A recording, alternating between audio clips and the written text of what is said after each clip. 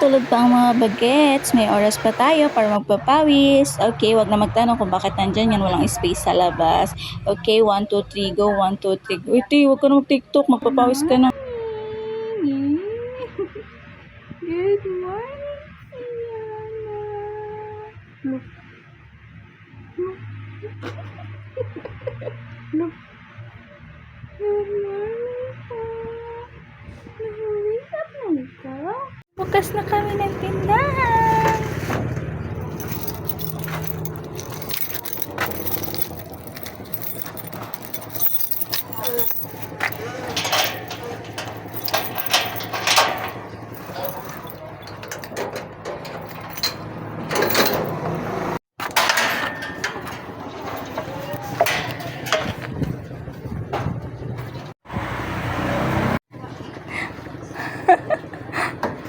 Tao po, pabili.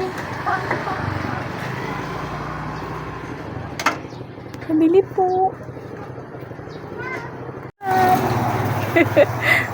Hi. Pabili po.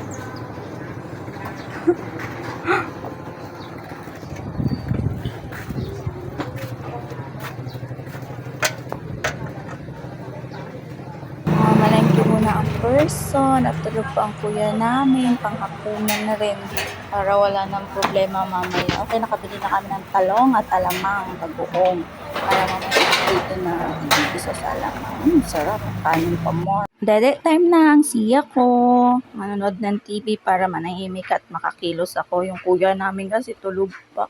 Ano ba yan? Pag nagbibinata talaga at nagdadalaga, no, tumatakaw sa tulog. Ewan ko ba dyan? Pero, sa bagay, di ba? Ranas naman natin yung mga yan. O, aminin nyo. Huwag ka nga. Okay, nagliligpit na tayo ng mesa kasi sobrang kalat. My God! Ano ba to?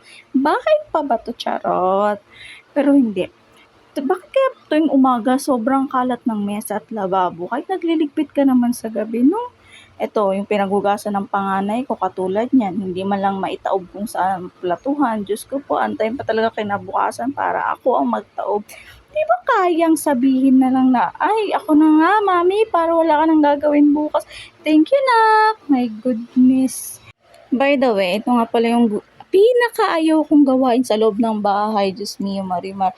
Itong paghuhugas at pagtutupi ng mga damit. Diyos ko po, paglabin, paglinisin nyo na lang, paglutuin nyo na lang maghapon, wag lang to. Kasi talaga naman, napakahirap niyang gawin para sa akin. Charot! Nag-inarte ka, may katulong yarn. Mayaman yan. Kaya bilib na bilib talaga ako dun sa mga nakakalaba lang kanina. Tapos tuwing hapon, nakatupi na, nakalagay na sa damitan. Diyos mio, yung akin, naabuti ng ilang buwan bago matupi. Kung hindi pa sasakit yung mata ko, hindi ko siya tutupiin. Buti na lang talaga, nakapag-asawa ko ng marunong sa loob ng bahay. Ay, hindi rin pala siya marunong magtupi, guys. Isa lang na natin ng kaldero para maglugaw na tayo at lalagyan natin ng kalabasa kasi walang kamotes dito sa amin. Ewan ko ba, lagi na lang nawawalan, mahal-mahal daw ng kamote ngayon, guys.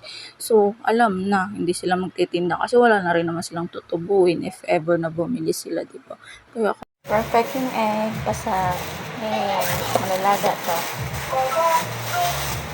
Kalabasa para sa lugaw ng bata.